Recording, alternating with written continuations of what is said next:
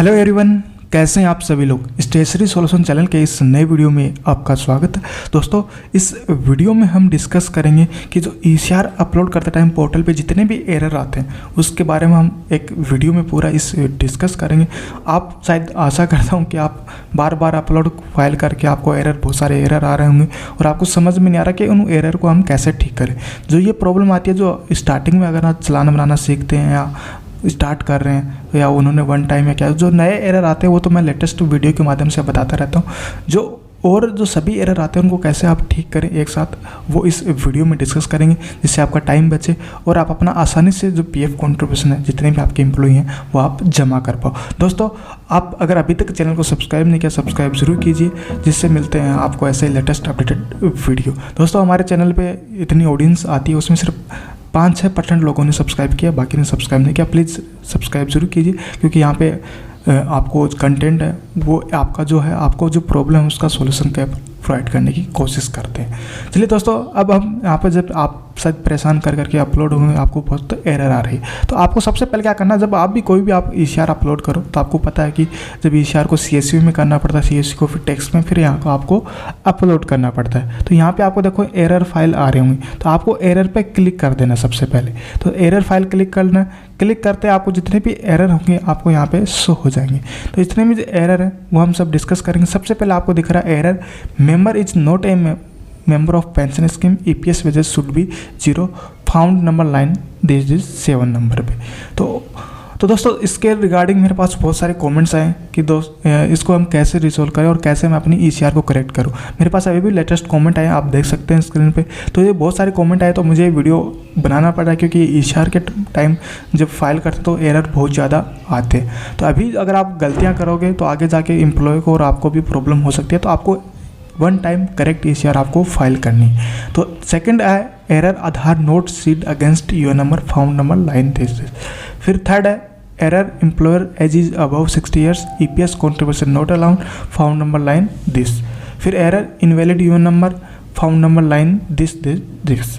फिर error, EDLI wages can't be greater than 50,000, found number line number this.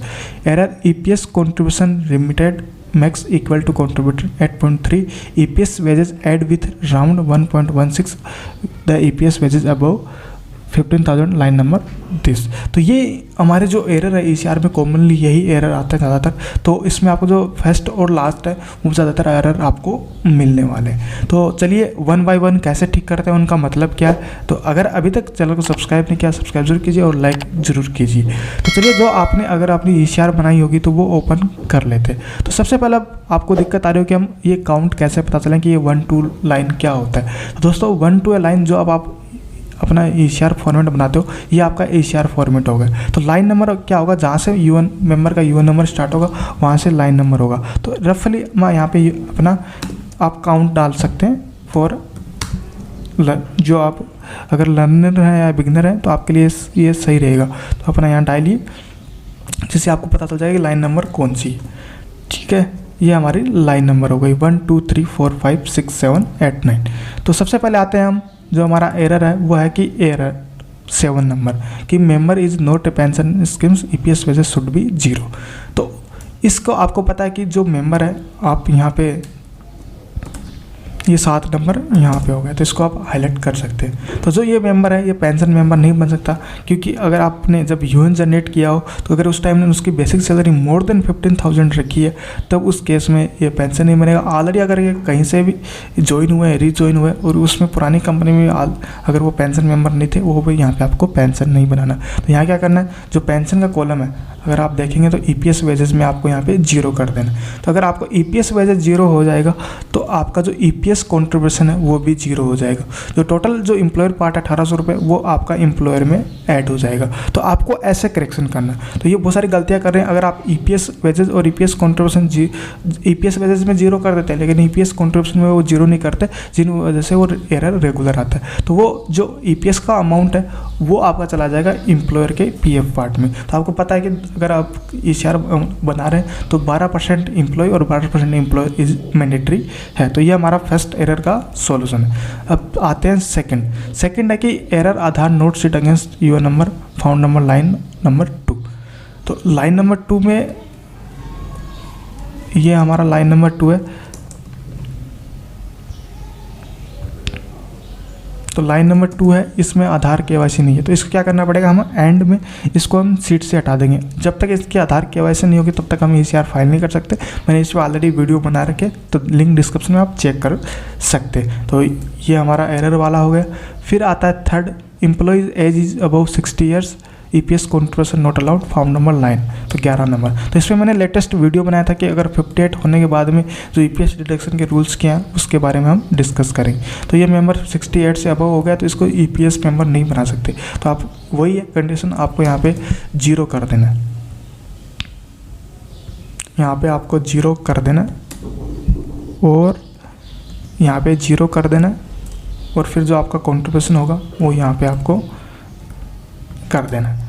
तो ये आपका 11 नंबर पॉइंट क्लियर हो गया।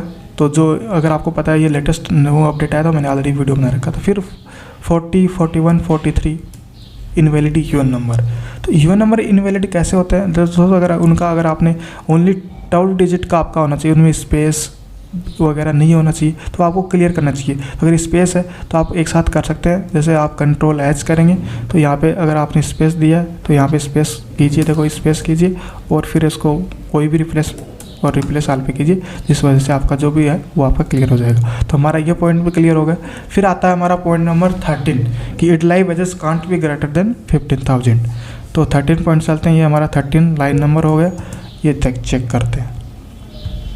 तो इसमें चेक करना है कि